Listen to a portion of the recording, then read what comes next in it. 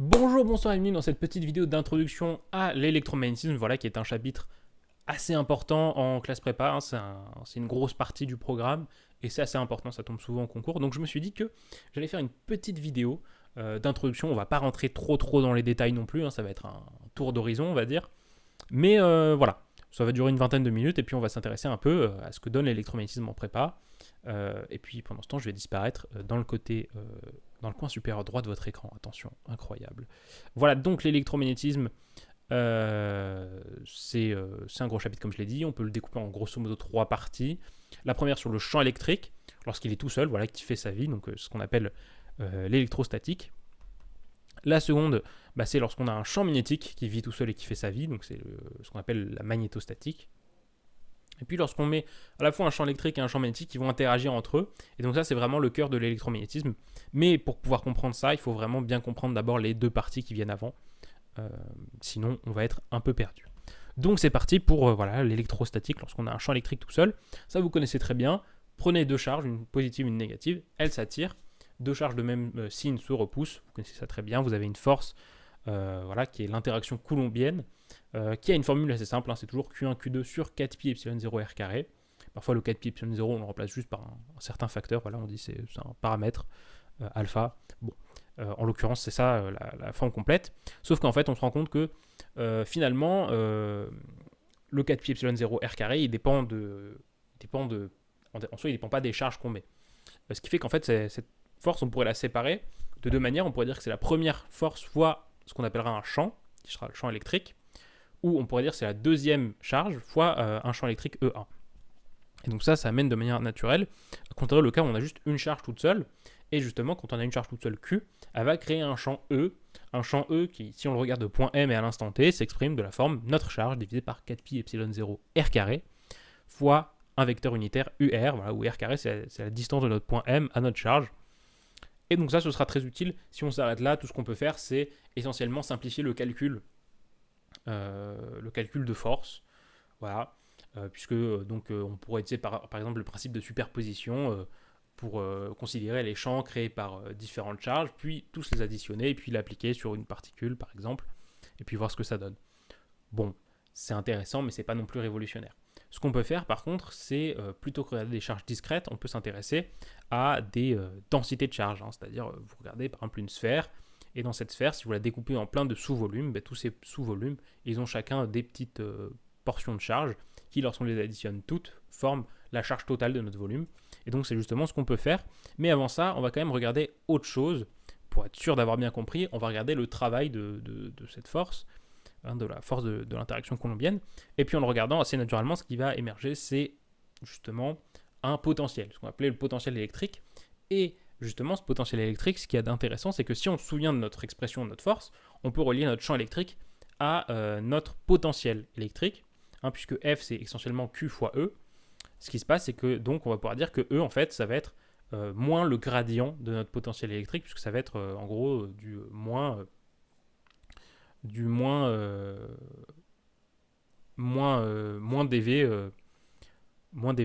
sur un DOM, hein, donc c'est un moins gradient de V en gros. Et donc ça c'est assez pratique si on fait un peu d'électricité, puisque notamment le V du potentiel électrique, c'est celui que vous retrouvez par exemple quand vous calculez quand vous calculez la tension aux bornes d'un dipôle, vous dites voilà c'est la différence de potentiel, et c'est de là que ça vient. Et justement, on peut maintenant regarder des cas un peu plus généraux. On regarde des densités de charge. Ici, un DQ, par exemple, dans une sphère. Alors, j'ai écrit un S, non pas pour dire sphère, mais pour dire surface, puisqu'en fait, essentiellement, en physique, ce qu'on fait, c'est que, par exemple, une sphère, en fait, on peut regarder ça comme un volume qui est emprisonné, mais on peut regarder ça comme une surface fermée. C'est beaucoup plus utile dans le contexte de l'électromagnétisme de parler de surface fermée, c'est-à-dire des surfaces qui délimitent des volumes, et de lacets, où on va plutôt dire de chemins fermés qui délimitent eux des surfaces. Et donc on a essentiellement deux théorèmes qui vont intervenir à ce niveau-là. On a un premier qu'on va appeler le théorème de Gauss si vous voulez pas mettre d'accent, qui nous dit essentiellement que si on calcule le flux de notre champ électrique, à travers une surface fermée, ça va être essentiellement Q intérieur, donc c'est-à-dire la charge contenue dans le volume délimité divisé par epsilon 0. Et ça, pourquoi c'est très utile? Puisque essentiellement, avec des arguments de symétrie, on va pouvoir souvent simplifier le calcul de ce flux, et il va se résoudre à juste du E fois S, et donc ça simplifiera grandement les calculs. De la même manière, on peut regarder la circulation, c'est-à-dire l'intégrale sur un contour de E scalaire dl, et donc ça, quand on le regarde sur un contour fermé, ça va être nul. Pourquoi ? Puisque essentiellement, en fait, de manière générale, quand on le regarde sur un segment AB, c'est la différence de potentiel. Et donc, si vous partez et que vous revenez au même endroit, la différence de potentiel est nulle. Et ça commence à vous évoquer des choses si vous avez fait un peu d'électricité. Bref, une fois qu'on a fait ça, on peut abandonner notre champ électrique pour regarder un peu ce qui se passe du côté du champ magnétique lorsqu'il est tout seul. Et déjà, il faut regarder comment on trouve des champs magnétiques. On peut les trouver essentiellement de deux manières. Si vous avez un fil avec une tension dedans, vous avez un champ magnétique qui va se créer, mais aussi avec des aimants, voilà. Notamment la Terre, par exemple. Si vous regardez la Terre, vous avez un pôle nord et un pôle sud magnétique qui crée un champ magnétique. Et le champ magnétique, lui, on le voit essentiellement à travers une force, donc cette force qui s'exprime sous la forme QV vectoriel B. Et ça nous donne pas mal de renseignements, notamment le fait que lorsque vous avez un champ magnétique, la force qu'il crée va toujours être perpendiculaire à la vitesse. Et ça, qu'est-ce que ça veut dire ? Ça veut dire que contrairement au champ électrique qui était utilisé pour déplacer des choses, le champ magnétique, ce qu'il fait, c'est qu'il va faire des rotations dans l'espace. Il va courber les trajectoires. Donc, c'est bien différent du champ électrique dans ce sens-là. Et surtout, c'est utilisé pour d'autres choses. Du coup, par exemple, si vous regardez le cyclotron, si vous avez déjà fait ça en première année, un cyclotron, c'est l'exemple. On utilise un champ magnétique pour faire tourner une particule chargée. Bref. Et donc, sur ce champ magnétique, on peut regarder la même chose que sur le champ électrique. On peut regarder, par exemple, l'intégrale sur une surface fermée. En l'occurrence, elle est nulle. Qu'est-ce que ça veut dire le fait que l'intégrale sur une surface fermée soit nulle ?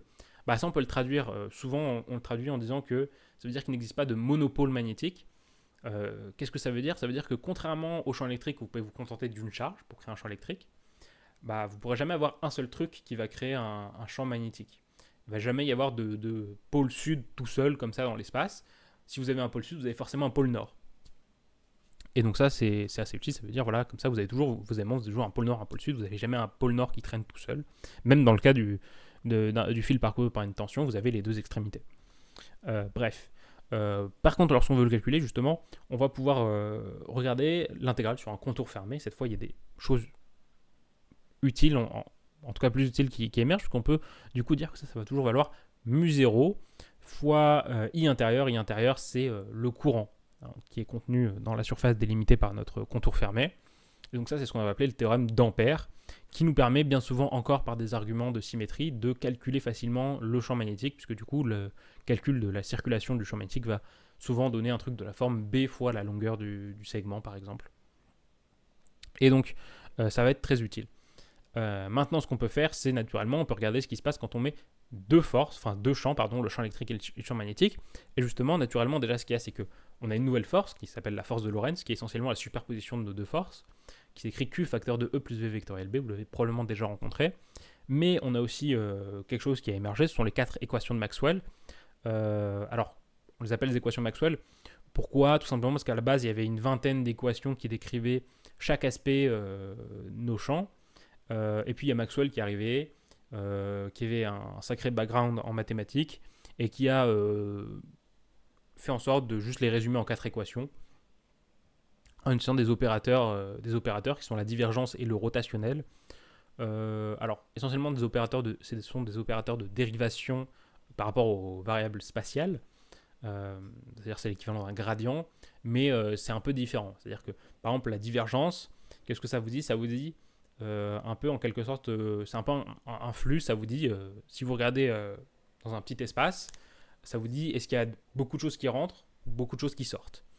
Le rotationnel, par contre, lui, il va vous dire plutôt à quel point justement est-ce qu'il y a des choses qui tournent sur elles-mêmes, à quel point votre champ tourne sur lui-même en un endroit de l'espace. Et donc voilà, naturellement, on a ces 4 équations qui en découlent. Donc les équations de Maxwell-Gauss, Maxwell-Thomson, on appelle ça souvent Maxwell-Flux, Maxwell-Faraday et Maxwell-Ampère. Donc elles sont listées ici, voilà. Essentiellement la première, vous la reconnaissez peut-être par rapport à tout à l'heure. On nous dit essentiellement que la divergence du champ électrique, c'est ρ, la densité de charge sur epsilon 0. La deuxième, c'est la divergence de B est toujours nulle. La troisième nous dit que le rotationnel de E vaut moins la dérivée de notre champ magnétique par rapport au temps. Donc ça, ce que ça veut dire, c'est que ça relie les variations du champ électrique par rapport à celles du champ magnétique, c'est-à-dire que à quel point le champ électrique va tourner sur lui va être lié à la variation d'intensité de notre champ magnétique. Et de la même manière, on va voir que le rotationnel de B, il va être égal à mu 0, facteur de J plus epsilon 0 dérivé par rapport au temps de E. J, c'est juste la densité de courant. Et la dérivée par rapport au temps de E, je ne vais pas vous expliquer ce que c'est. Mais donc ce que ça veut dire essentiellement, c'est que votre champ magnétique va beaucoup tourner lorsque votre champ électrique varie beaucoup en intensité. Voilà. Et je viens de penser que j'ai toujours pas mentionné ce qu'étaient ces grandeurs, mais epsilon 0 et mu 0, ce sont respectivement la permittivité diélectrique du vide, et mu 0, c'est pareil, c'est un paramètre magnétique du vide.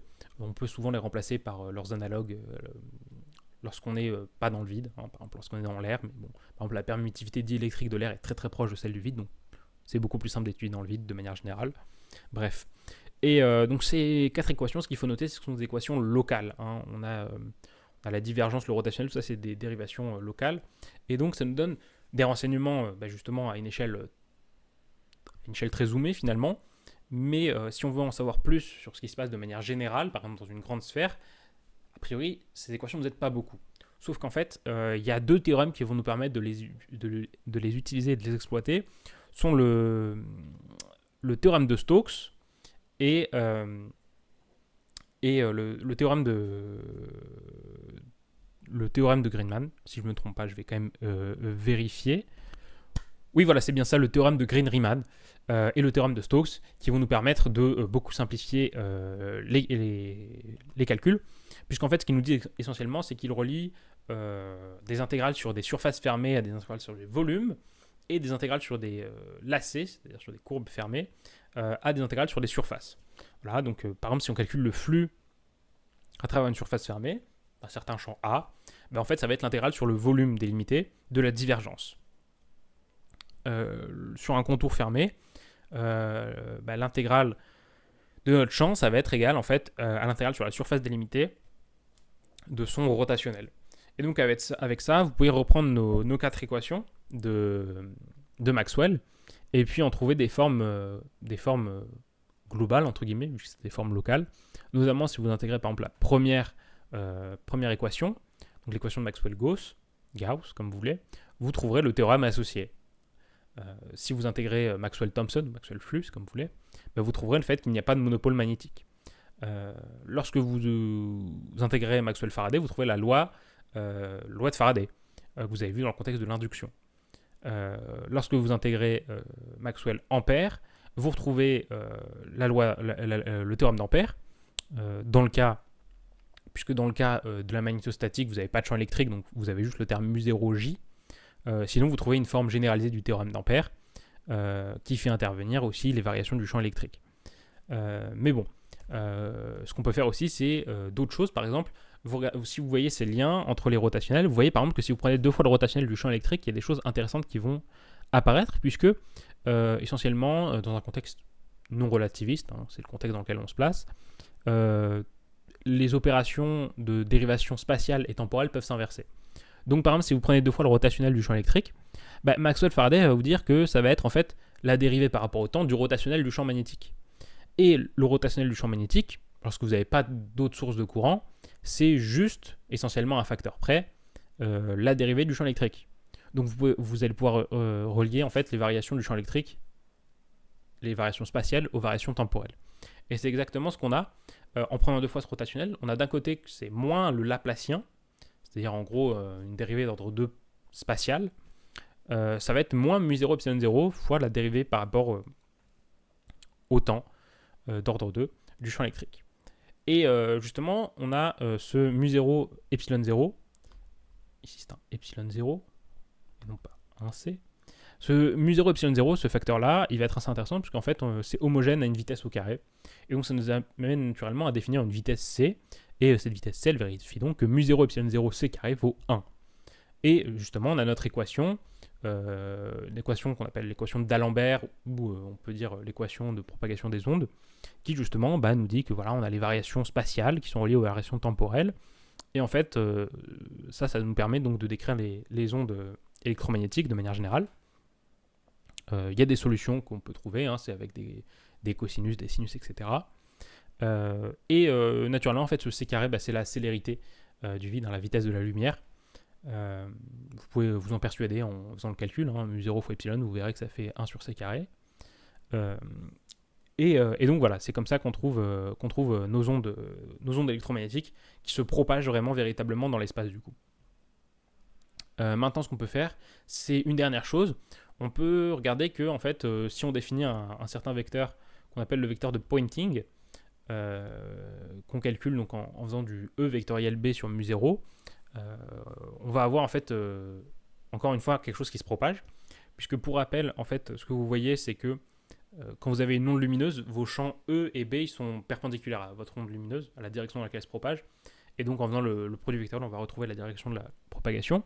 Bref, tout ça pour dire que ce vecteur de Poynting, en fait, on va le voir apparaître naturellement dans une équation de conservation. Alors vous avez plein d'équations de conservation, elles sont toutes de la même forme. Elles sont toujours en fait de la forme que j'ai écrite juste en dessous, c'est-à-dire ici on a la dérivée par rapport au temps d'une densité de truc, en l'occurrence ici c'est la densité d'énergie électromagnétique, plus toujours la divergence d'un certain vecteur, va être égale à un terme de production. Ici, le production, c'est moins J scalaire E, qui est donc l'énergie qui va être cédée ou gagnée. Et donc, en fait, ce qu'il y a toujours dans cette divergence, ce vecteur, ce vecteur-là, ici, c'est toujours de la forme, en fait, notre densité de truc, ici la densité d'énergie électromagnétique, multipliée par un vecteur vitesse. Donc en fait, ce que ça veut dire, c'est que notre vecteur de Poynting, en fait, il correspond à la propagation de notre énergie électromagnétique dans une certaine direction et à la vitesse c, puisque vous avez encore une fois le paramètre c qui apparaît assez naturellement. Et donc voilà, c'est comme ça qu'on se rend compte vraiment qu'il y a un champ qui propage de l'énergie dans l'espace. Et puis voilà, c'est en gros ça. Donc c'est un sacré morceau. Il y a plein de choses qu'on peut dire après. On peut ne pas se limiter à ça du tout. Par exemple, on peut regarder ce qui se passe lorsqu'on se place dans un plasma, essentiellement en faisant juste en appliquant le principe fondamental de la dynamique aux électrons dans votre plasma, vous verrez plein de choses. Notamment, il y a des pulsations plasma, il y a une pulsation plasma qui apparaît qui nous fait dire que si vous voulez qu'une onde se propage dans un plasma, il faut qu'il y ait certains critères qui soient vérifiés par rapport à la fréquence de votre onde. Mais vous pouvez faire plein de choses. Je vous envoie notamment au sujet de cette année. Je crois que c'était cette année. On avait un sujet avec, je crois à Centrale, peut-être un moment où il y avait un micro-ondes avec des ondes dedans. Je ne sais plus si c'était cette année ou une année précédente. Mais bref, on peut dire vraiment beaucoup de choses sur ces ondes électromagnétiques. Là, c'est juste une introduction. Je vous ai donné les outils nécessaires. Et puis après, vous pouvez le faire par vous-même. Voilà. Il y a beaucoup de choses à dire. Puis je vous encourage à le faire. Mais c'est ici qu'on va s'arrêter. Voilà. Vous connaissez la routine maintenant. Si vous voulez vous abonner pour voir les prochaines vidéos, mettre le pouce bleu, pouce rouge, commentaire si vous avez des questions ou si vous voulez juste donner votre avis sur la vidéo. Sur ce, c'était Adam. Je vous donne rendez-vous bientôt pour une prochaine vidéo. Je vais peut-être en parler bientôt, mais j'ai récemment fait l'acquisition d'une tablette pour les cours de l'année prochaine. Donc si ça vous intéresse que j'en parle, peut-être que je le ferai. J'ai pas eu trop l'occasion de la tester. J'ai juste vite fait regarder ce que je pouvais faire avec et ça a l'air d'être extrêmement pratique, voilà, pour prendre des notes. Sur ce, je vous souhaite une bonne soirée, une bonne journée, un bon après-midi. C'était Adam. Ciao tout le monde!